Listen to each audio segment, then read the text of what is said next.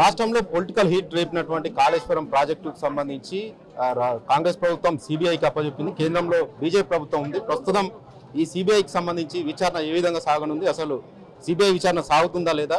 రాష్ట్ర బీజేపీ అధ్యక్షుడు రామచంద్రరావు మనతో ఉన్నారు. సార్ చెప్పండి, అంటే కాంగ్రెస్ ప్రభుత్వం కాళేశ్వరం ప్రాజెక్టు పైన సిబిఐకి విచారణకు చేయాలని చెప్పి కేంద్రానికి లేఖ రాసినట్టుగా కూడా తెలిసింది. దీన్ని అసలు సిబిఐ విచారణ సాగుతుందా లేదంటే ఈ ఘోష్ కమిషన్ తోటే సరిపుచ్చే అవకాశం ఉంది?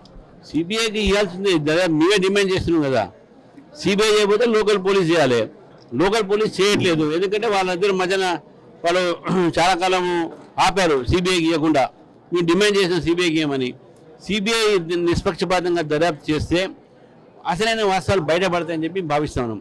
కానీ సిబిఐకు ఆలస్యంగా ఇచ్చి ఈ బీఆర్ఎస్ పార్టీ నాయకులు కానీ అధికారులు కానీ విధాలు కానీ సాక్ష్యాలు తారుమారు చేసేటువంటి సమయం ఇచ్చారు. కాబట్టి ఇప్పటికైనా మునిగిపోయింది ఏం లేదు. సిబిఐ దర్యాప్తు చేస్తే కొన్ని విషయాలు బయటపడతాయని చెప్పి భావిస్తాను. అంటే కాంగ్రెస్ ప్రభుత్వం ప్రాథమికంగా లెటర్ రాసింది తప్ప కేంద్రం 5A సెక్షన్ 5A కింద నోటిఫికేషన్ ఇస్తే తప్ప సిబిఐ విచారణ సాగదనేది కూడా అంటున్నారు. దీన్ని అసలు వాస్తవంగా కేంద్రం ఆ 5A సెక్షన్ నోటిఫికేషన్ ఇస్తుందా లేదా? అది కేంద్రం డిసైడ్ చేయాలి. సిబిఐ నిర్ణయం మీరు చెప్తాం. సిబిఐ అది ఇండిపెండెంట్ ఏజెన్సీ, అది ఒక దర్యాప్తు, ఒక స్వచ్ఛంద దర్యాప్తు సంస్థ.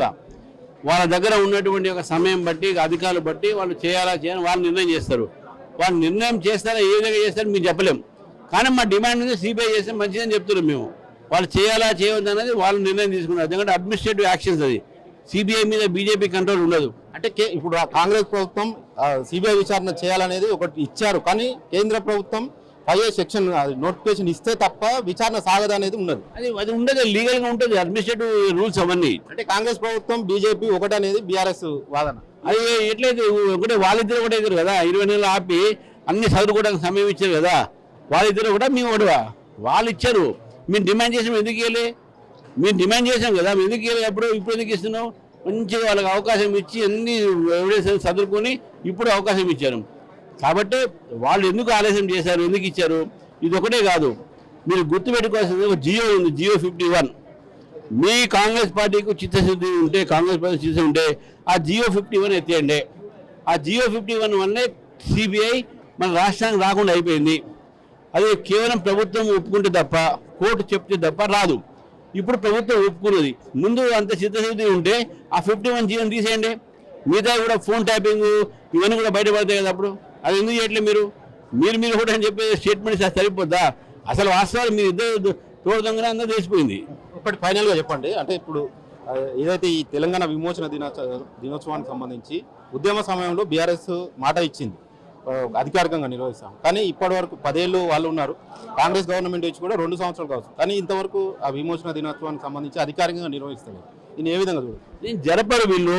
వీళ్ళు జరిపితే ముస్లిం ఓట్లు పోతాయి, మజ్లిస్ పార్టీ కోపం వస్తుంది. మజ్లిస్ పార్టీ కోపం వస్తే మాకు ముస్లిం ఓట్లు రావు. ఈ ఓటు బ్యాంక్ పాటిస్తున్నారు. కానీ బీజేపీ రేపు అధికారంలో వస్తే అధికారికంగా విమోచన దినం జరుపుకుంటాం. స్థానిక ఎన్నికలకు ఎలా పోతున్నారు? అంటే గ్రామాల్లో సర్పంచ్ ఎలక్షన్ కావచ్చు, ఎంపీటీసీ జెడ్పీటీసీ ఏ విధంగా ప్రిపేర్ ఉన్నారు మీ పార్టీ? మా పార్టీ అన్ని రకాలుగా తయారుంది. ఎప్పుడు నోటిఫికేషన్ వచ్చినా మా క్యాండిడేట్లు తయారున్నారు. క్యాస్ట్ ఆధారంగా మా క్యాండిడేట్లు రెడీ ఉన్నారు. మంచి ఫలితాలు నల్గొండ జిల్లాలో వస్తాయి, తెలంగాణలో వస్తాయి.